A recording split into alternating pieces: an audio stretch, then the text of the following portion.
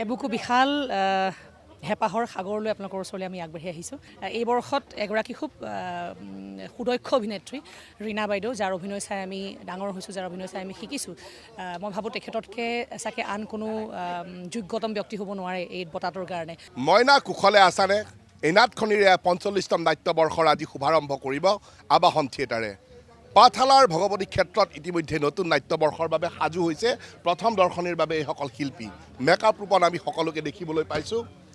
জেফি বক্সিকে আদি কৰি নৱ সকলো শিল্পী ইয়াত আছে। লাটু সাজু হৈছে, প্ৰস্তুতি পৰাশৰ আছে আমাৰ সতে।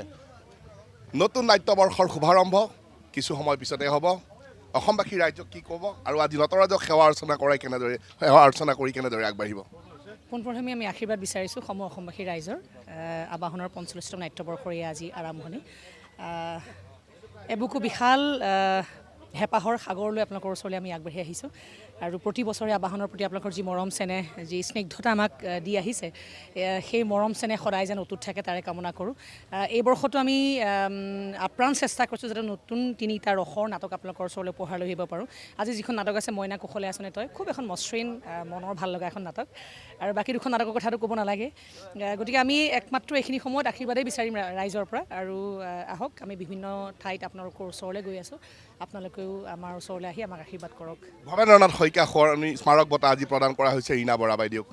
প্ৰতি বছৰে আমি এগৰাকী বৰেণ্য শিল্পীক ডক্টৰ ভৱেন্দ্ৰনাথ শইকীয়া ছাৰৰ নামত শীৰ্ষক যিটো বঁটা, সেই বঁটাটো আজি আবাহনৰ মঞ্চত বহু বছৰ ধৰি দি অহা হৈছে। আৰু মোৰ কান্ধলৈ সেই দায়িত্বভাৰ অহাৰ পিছত সেই তাৰ হিনদেৰি হ'বলৈ মই দিয়া নাই। এই বৰ্ষত এগৰাকী খুব সুদক্ষ অভিনেত্ৰী ৰীণা বাইদেউ, যাৰ অভিনয় চাই আমি ডাঙৰ হৈছোঁ, যাৰ অভিনয় চাই আমি শিকিছোঁ। মই ভাবোঁ তেখেততকৈ চাগে আন কোনো যোগ্যতম ব্যক্তি হ'ব নোৱাৰে এই বঁটাটোৰ কাৰণে। আৰু আজি তেখেতক এই বঁটাটো দিবলৈ পাই আবাহনৰ পৰিয়ালৰ তৰফৰ পৰা আমি খুব গৌৰৱান্বিত অনুভৱ কৰিছোঁ। আৰু তেখেতৰ সুস্বাস্থ্য দীৰ্ঘায়ু কামনা কৰিছোঁ আৰু লগতে ৰাইজৰ আশীৰ্বাদ বিচাৰিছোঁ আমি। কৃষ্ণৰয় আবাহন থিয়েটাৰৰ মঞ্চত ডক্টৰ ভৱেন্দ্ৰনাথ শইকীয়া স্মাৰক বঁটা প্ৰদান কৰাৰ যি পৰম্পৰা অব্যাহত ৰাখিছিল, প্ৰস্তুতি পৰাশৰো দায়িত্বভাৰ গ্ৰহণ কৰাৰ পিছত সেই দায়িত্ব অব্যাহত ৰাখি আজি ৰীণা বৰাৰ দৰে বিশিষ্ট অভিনেত্ৰীক সন্মানিত কৰিছে। মইনা কুশলে আছানে নাটখনিৰ জৰিয়তে কিছু সময় পিছতে আবাহন থিয়েটাৰে নতুন নাট্যবৰ্ষ আৰম্ভ কৰিব। প্ৰযোজিকা প্ৰস্তুতি পৰাশৰৰ মনৰ কথা শুনালোঁ, নাটকৰ দৃশ্য আমি দেখুৱাম।